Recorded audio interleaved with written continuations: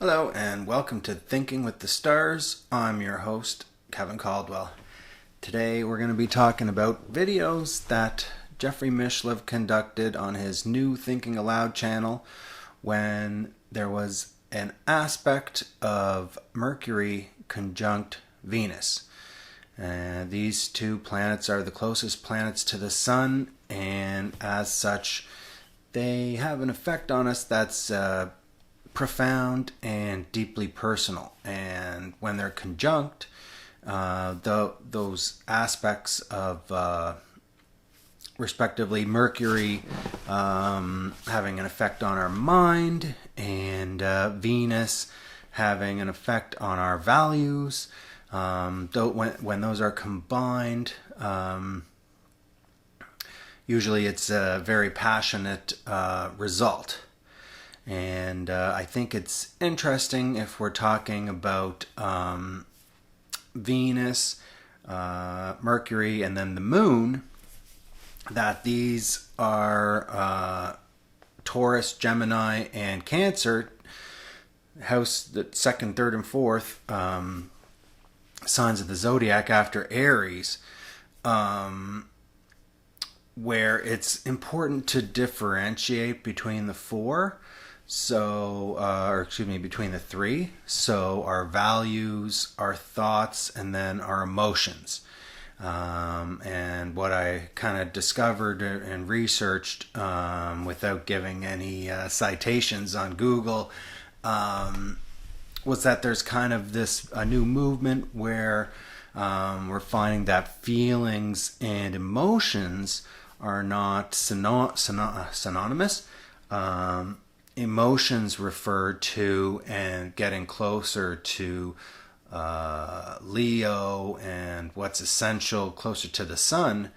Emotions were more essential, and feelings were more kind of reactive and almost like a bundling of our thoughts and our values. So we feel some kind of way in response to our thoughts our thoughts and our values are bundled together in a way that we're reacting to the environment.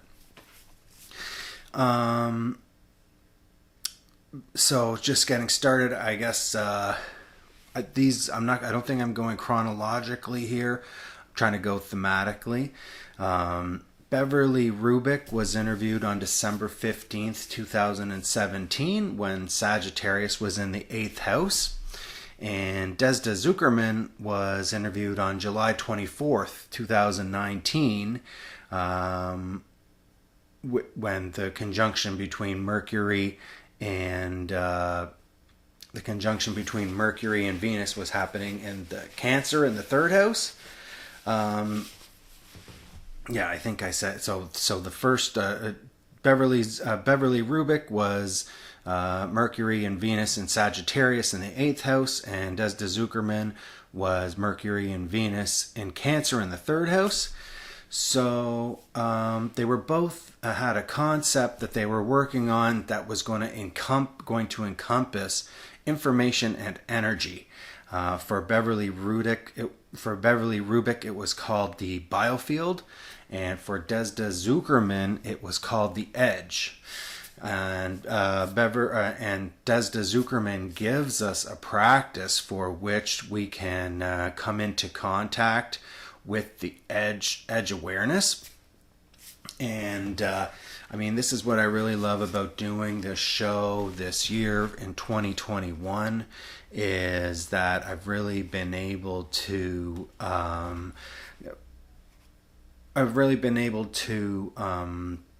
find if there's no practical application for a lot of these books that people are writing and research that people were doing, then it just remains a theory. But some of the people that Dr. Mishlove interviews, they really know how to put the theory into practice. So I just made a quick list here of some of the practical implications of the shows that I've been putting on this year. Jan Murdo gave us a technique for how to heal headaches. Mona Delfino, she taught us how to communicate with the spirit of the mountain. Ha.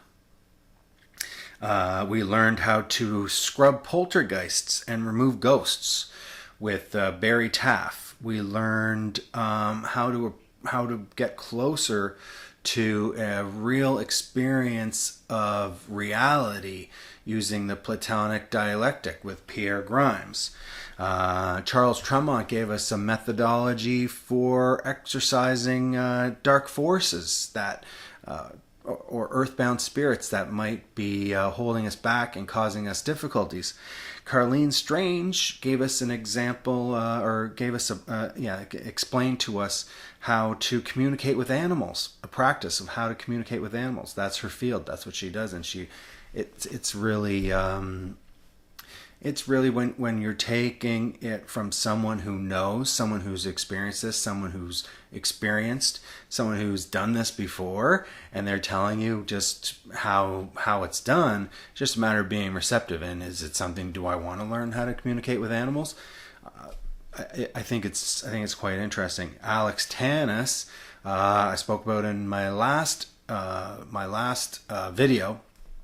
He gave us an exercise for how to enhance our extrasensory perception. Via Lloyd Auerbach was telling us about Alex Tanis's methodology for how regular people can increase our capacity for extrasensory perception. And so I think that's really the greatest thing about these videos. I mean, yes, I'm trying to across the solar system come up with commonalities, and I'm growing to understand the astrology, so that I can look at people's birth charts maybe and be able to give a good reading of what people can expect in their life, and giving some context to the experiences of being a human and living in life. But also I'm learning these practical skills, and I'm not sure how, percentage-wise, how much these practical skills are available in your average Jeffrey Mishlove video from his New Thinking Aloud channel. But I know I've been able to use some of these techniques, and they're really great. And so this video contains a couple of those, and one of those was Desda Zuckerman's technique that she gives for how to reach awareness of what she calls the edge. And it's really really quite interesting. It's in the tradition of, say, Tibetan Vajrayana Buddhism, where in their literature, they give these guided meditations that when we're meditating and using these techniques, it has some effect. So Beverly Rubik goes on a little rant during her video. Like I said, it was December 15th, 2007, where Mercury and Venus were conjunct in Sagittarius, so in the 8th house. And this is it exactly, where she says matter, energy, space, time. There are these abstract concepts that without knowing, without having a clear definition, she's frustrated. Without having a clear understanding of what matter, energy, space, and time actually are, then how can we quantify a science? And what she does when she's talking about the biofield, it's she considers it like a water matrix. And kind of underwater, then we can measure vibrations and we can measure acoustics. Desda, on the other hand, her solution to it's a metaphysical problem. So it's saying, okay, like physics, that's great, but what is underlying physics? And Desda calls it the sacred network. So physics would be the sacred network, what would we consider to be physics, and it's held together by a sound system called the harmonizing network. It's a very nice, simple solution. Desda isn't frustrated there particularly in having that problem. She describes in her, it's kind of like a creation mythology, where there's these sparks flying around before any of us existed. And when the sparks kind of combine each other, or when sparks collide with one another, they create this, like, I don't remember what she called it, but they create basically us. That's what we're the product of, is these sparks flying around. And so for Beverly, this kind of creation mythology, the question would be, okay, well, if there's sparks flying around, where are they flying around in? But if we kind of read into, if we listen more to what Desda's saying, she's saying that the sparks exist as core and channel, and there's three colors: the red signifying the purpose, blue signifying the functionality, and gold signifying the wisdom. So understanding that is that they don't really need to be existing anywhere. They pre-exist and they predate anything. Now, Beverly Rubik does make a good insight here when she's talking about science and saying that scientists need to do a better job of taking their mood and their expectations into consideration when they're reporting their scientific observations. And she says that science, like if we consider the fact that the solar system is moving throughout the universe, and the universe in dimensionality doesn't necessarily obey the same laws, or it doesn't necessarily contain the same substance in these as we're moving through different dimensions, or different locations, I should say, right? As we're moving through different locations, doesn't necessarily contain the same substance, and it's not necessarily going to react, but yet science demands that we have this sort of repeatability, that science has to be standardized. But there's no reason why, when we're looking at the bigger picture, there's no reason why that we can't have varied results over time. And I think maybe we do. I'm just going to take a sip of coffee here, a sip of tea here. Stanley Kripner. This was the earliest interview that I could find on the New Thinking Aloud channel when Mercury was conjunct with Venus. This is May 13th, 2016. The conjunction happened in Taurus in the 6th house. And he's kind of talking about the inverse. So he's looking at social science and saying how human beings, our psyche, our personalities, we're here as a product of science. And what happens is we're bombarded with the experiences, and we filter out those experiences and develop, kind of more so in our frontal lobe, what we call a personal myth, a personal mythology. And this is actually a healthy practice.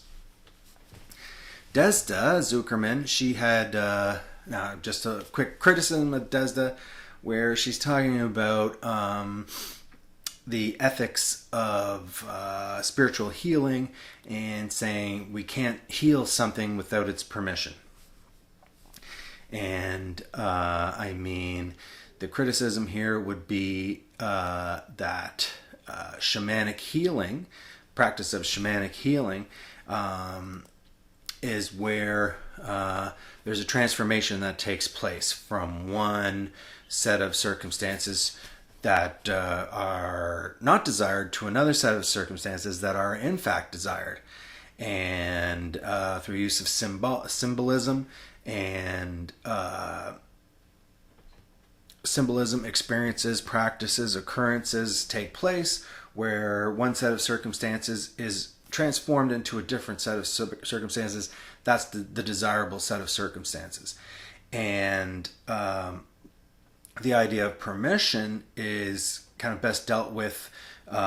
It's an idyllic kind of concept, and whether there's some deeper seated issues there, I would suggest likely where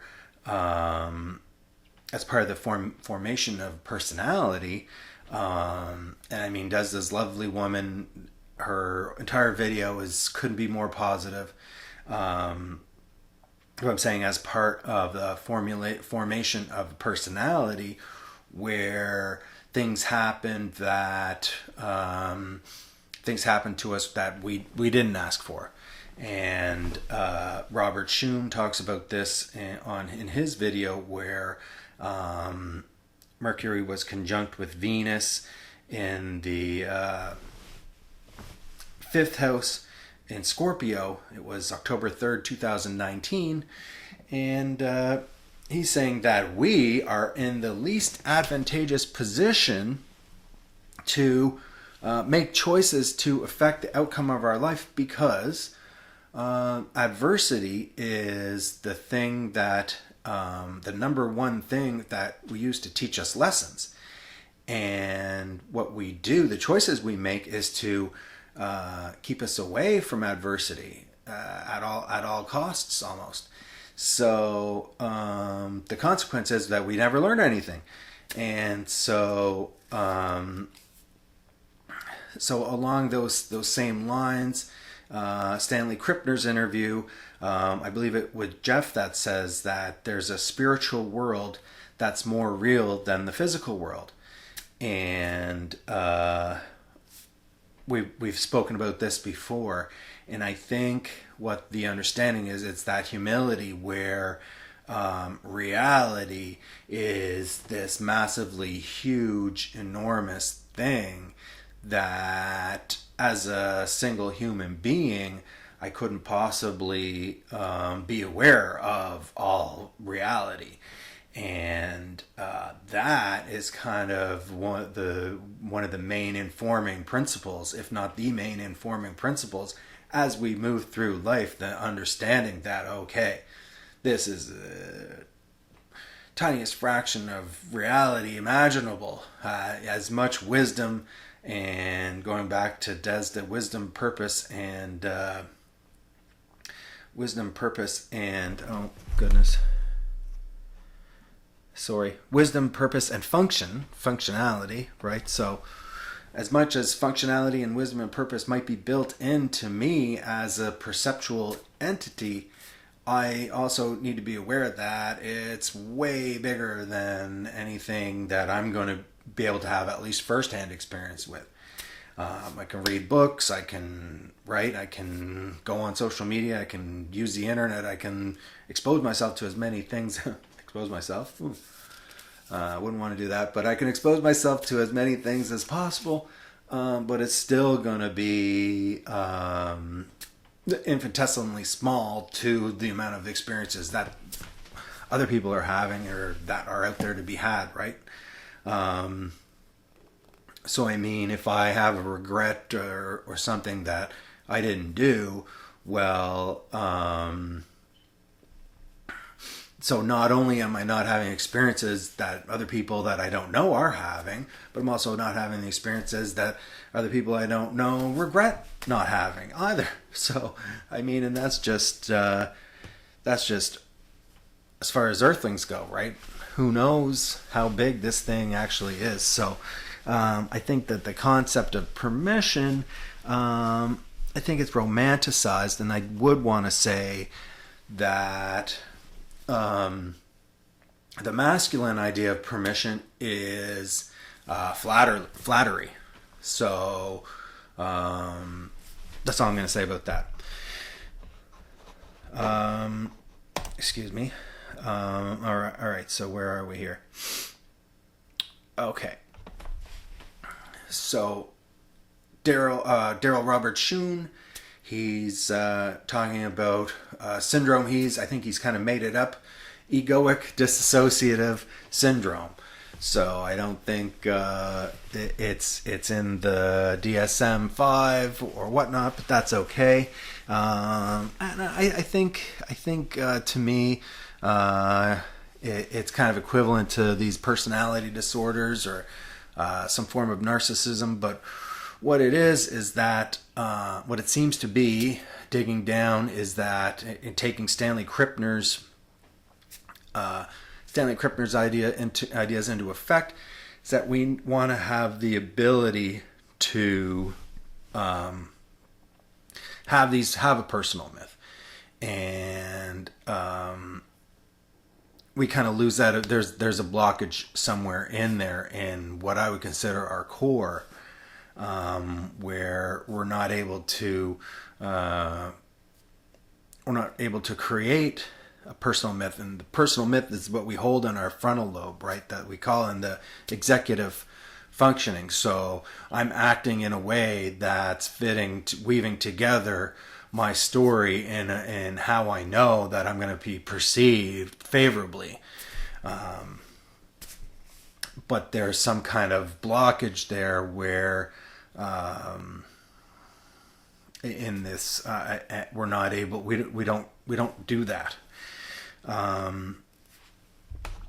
And this is so going back to what I was saying about how feelings are kind of a good way of, when we're talking about Mercury conjunct Venus, those are what we call feelings now, not the moon in Cancer, what we call emotions. Those are different from feelings. The way that we feel is when we kind of running together of our values and our thoughts and acting based on that, instead of there's a kind of a more real way to behave.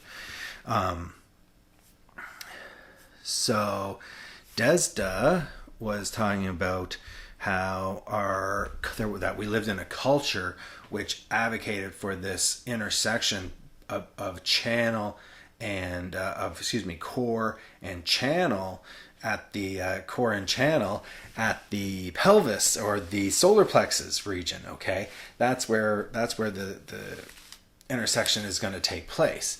But it is possible to have the intersection take place of core and channel at the diaphragm, and kind of having those sorts of that sort of awareness from what's known as the Grand Cross. But Desda doesn't criticize our culture for having our intersection of the core and channel in the solar plexus or even lower at the pelvis region, because she says that's just kind of our culture. So there was a fifth episode that I was able to scrounge up where Mercury and Venus were conjunct. It was Julian Gresser, March 4th, 2018, where Pisces was in the 7th house. Julian had noted that the heart functioned as an ethical rudder, and he explained a practice of quieting the heart, as I had said earlier, where imagine a moon shining over a lake. And this kind of image, thinking about this, not only is what he calls quieting the heart, but it also quiets our mind. So there's so much meditations that are concerned with quieting the mind, and this is just a simple visualization of an image that is going to quiet our heart, and consequently our mind is quieted as well.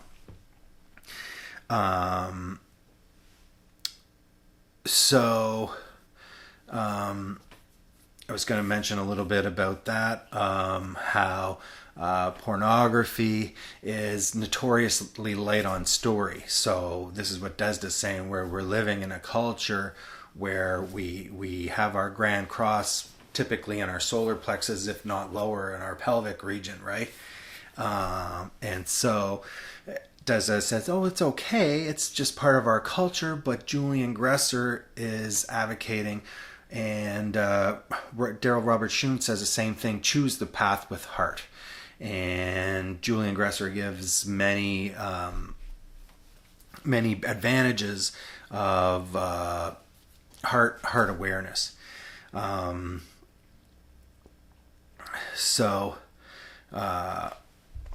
that's about bringing. That's going to bring to a close everything I wanted to talk about today.